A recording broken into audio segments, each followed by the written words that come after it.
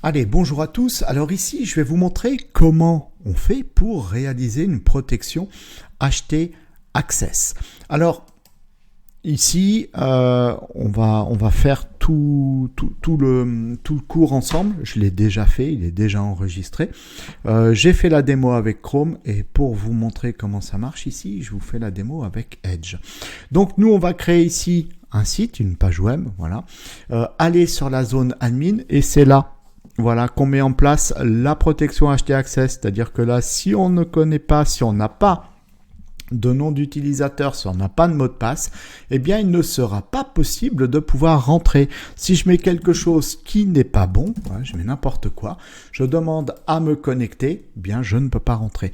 La seule façon pour moi de pouvoir rentrer étant de mettre le bon couple login password que nous, on va créer ensemble. Donc, moi, j'ai créé un couple qui s'appelle en utilisateur Carl et en mot de passe 1, 2, 3. Donc, si je clique sur me connecter, pouf, voilà, j'arrive bien sur la zone admin. Donc, c'est ça qu'on va réaliser tout de suite ensemble. Allez, c'est parti pour mettre en place une protection par HT Access. On va bosser sur un serveur distant. Donc là, en fait, j'ai pris mon site web et j'ai créé juste un dossier que j'ai appelé tutoriel pour la démonstration de ce travail. Donc dedans, vous voyez, il n'y a rien du tout. Et ici, j'ai mon IDE sur ma machine. Donc là, ce qu'on va faire, c'est que dans le dossier tutoriel, on va créer un fichier index.html. Voilà, il est là. Et on va faire simple. On va lui donner le code de base d'un document HTML5. On peut dire que c'est du FR. Ici, je vais dire site. Voilà. On va mettre un titre de niveau 1. On va dire site. Voilà. Non, c'est juste histoire de se repérer. Et là, je prends mon client FTP. Je vais actualiser. Mon fichier index, il est là. Je l'envoie directement dans mon dossier tutoriel et on va aller voir. Maintenant ici, j'actualise et voilà. Donc là, ici, on a notre fichier. Jusque-là, rien de bien extraordinaire. Maintenant, ce que j'aimerais, c'est que sur cette page-là, bien, je voudrais avoir un lien. Je vais mettre un paragraphe, je vais faire un lien. Et le lien, ça serait quoi? Ce serait de permettre à la personne d'aller sur la zone admin. Voilà, hop, on va dire que j'ai une zone admin. Voilà. Alors, justement, maintenant, on va la déclarer. Donc, pour l'instant, on a juste un fichier index.html. On va créer un dossier admin. Et dedans, bien, on va créer un fichier index.html.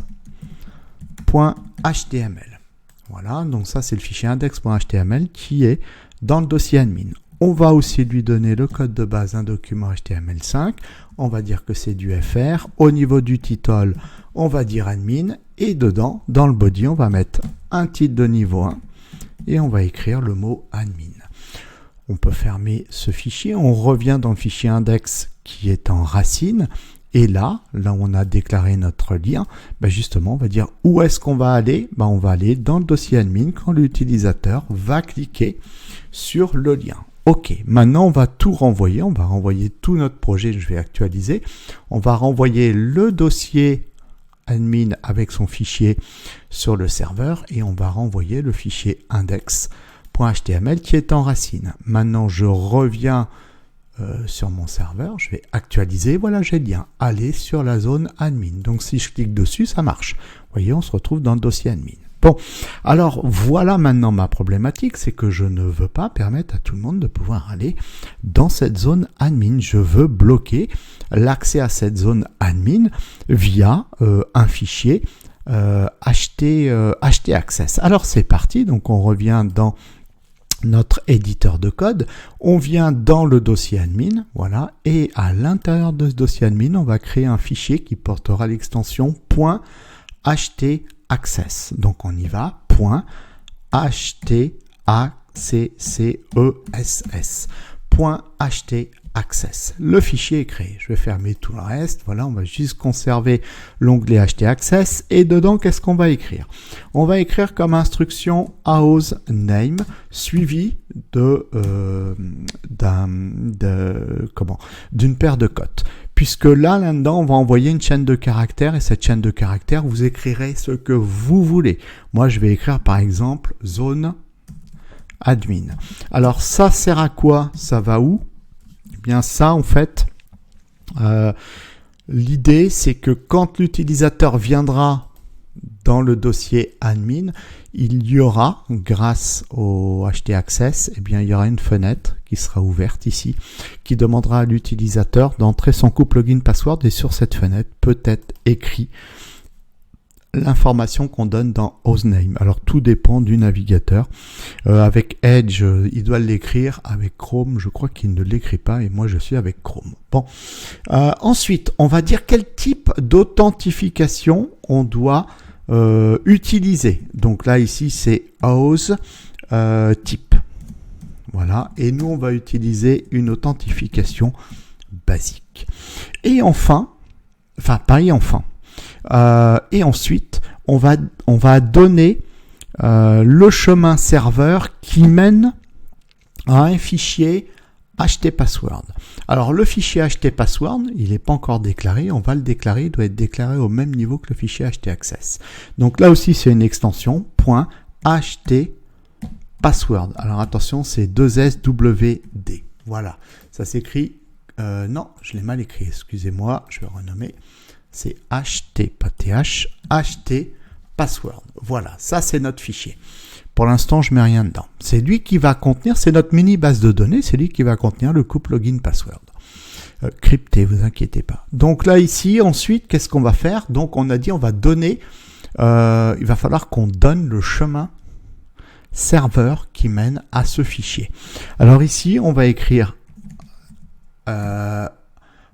c'est host user file.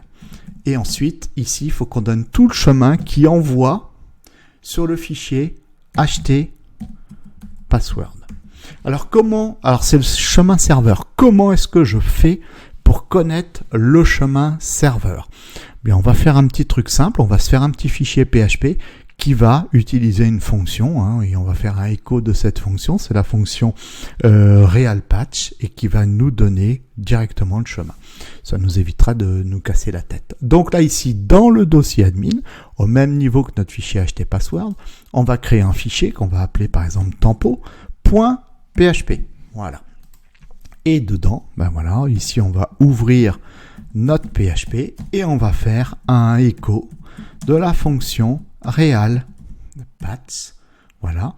Et à cette fonction, on va lui donner en argument une chaîne de caractères, donc des cotes. Et qu'est-ce qu'on va lui donner comme information? On va lui dire, tiens, tu vas nous dire où se trouve le fichier tempo.php sur le serveur. Où est-ce qu'il est? CTRL-S, c'est tout. Maintenant, je reviens en FTP, je vais actualiser. On va aller dans le dossier admin. Voilà. Ici, on a notre fichier qui nous intéresse, tempo. Je vais l'envoyer, voilà. Maintenant, je vais retourner sur mon navigateur et je vais appeler ce fichier tempo. Donc là, ici, c'est parti. On est sur notre navigateur. Voilà, ce que j'ai besoin, c'est d'être dans le dossier admin. Et maintenant, une fois dans le dossier admin, je vais dire quoi? Je vais dire, tu m'appelles le fichier tempo.php. Et là, pouf, il me donne tout le chemin qui mène au fichier tempo. Alors ça m'intéresse. Donc moi, je vais récupérer tout le chemin, excepté le nom du fichier. Donc, excepté tempo.php. Ça, je vais le copier. On va venir de nouveau sur notre IDE. Voilà. On vient dans le fichier htaccess et là, devant donc .htaccess, voilà, on va se positionner là, on va faire un CTRL-V. Et là, on a tout le chemin serveur qui mène à notre fichier .htaccess. Ça, c'est bon, c'est fait. Donc là, maintenant, le fichier tempo, je vais aller là comme ça, voilà. Le fichier tempo qui est sur le serveur, je le dégage, voilà.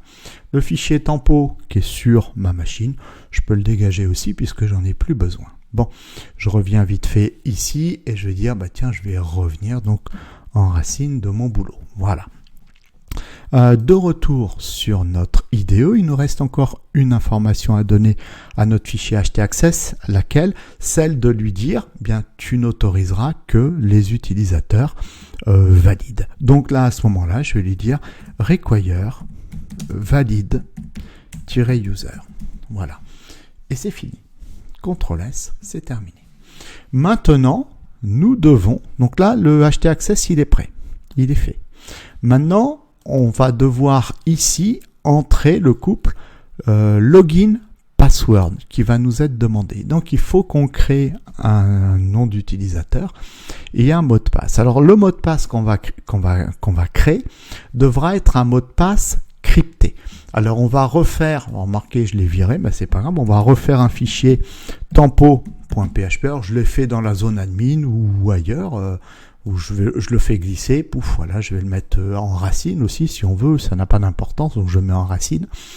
Donc ici, on va ouvrir notre PHP, voilà, et là, on va créer nous-mêmes un mot de passe qu'on va crypter, d'accord ?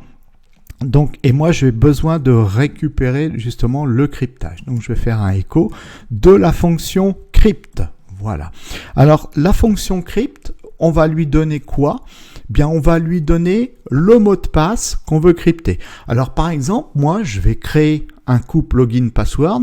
Le login, ça sera Carl et le mot de passe, ça sera 1, 2, 3. Donc, j'ai besoin de crypter le mot de passe. Donc, pour crypter le mot de passe, donc, vu que c'est une chaîne de caractères, j'ai mis des cotes et là, j'écris 1, 2, 3. Bon.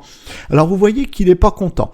Il n'est pas content parce que depuis PHP 8, il faut 2 arguments à la fonction crypt. C'est-à-dire qu'en fait, ici, il y a un deuxième argument, ce qu'on appelle le grain de sable. Le grain de sable, c'est quoi ? Bien, c'est une autre information qu'on va envoyer en chaîne de caractères. Par exemple, je vais dire ABC. Alors, pourquoi on fait ça ? Juste pour votre gouverne. Parce que avant PHP 8, on pouvait envoyer juste un seul argument. Le grain de sable était optionnel. Aujourd'hui, il est obligatoire pour éviter les attaques par force brute. C'est-à-dire, enfin, alors, c'est un détail, mais c'est intéressant de le savoir pourquoi c'est comme ça. En fait, l'attaque par force brute, c'est un robot qui va prendre tout ce qu'il y a dans le dictionnaire. Si par exemple ici c'était bonjour, voilà, bah, il finirait par trouver mon mot de passe. Or, avec ça, bah, ça sera pas bonjour, ça sera autre chose, ça sera par ABC bonjour par exemple. Bon, voilà, c'est juste une petite parenthèse. Bon, moi, ce que j'ai besoin, c'est de crypter mon mot de passe 1, 2, 3. Et donc, dans mon mot de passe crypté, il y aura ici le grain de sable. On va retourner sur notre client FTP, voilà. Et on va envoyer le fichier tempo. Alors, cette fois, il est en racine, voilà. On l'envoie sur le serveur. On revient, donc en racine, c'est ici. Donc, on va appeler notre fichier tempo. .php et là il va nous donner, voilà, regardez, AB, donc ça c'est le grain de sable, le grain de sel, voilà, et le reste. Donc ça ici, si je récupère ça, ben, mon mot de passe c'est 1, 2, 3, mais là il est crypté. Donc si je me faisais hacker, ben, en fait la personne ne peut pas savoir c'est quoi mon mot de passe, il est crypté, c'est irréversible. Donc là ici, je vais récupérer ce mot de passe. Je vais retourner sur mon IDE, je vais chercher mon fichier .htpassword et là je vais définir. Donc il me faut le couple login password. Le login, c'est quoi? J'ai dit ça serait Carl. Donc je vais l'écrire Carl.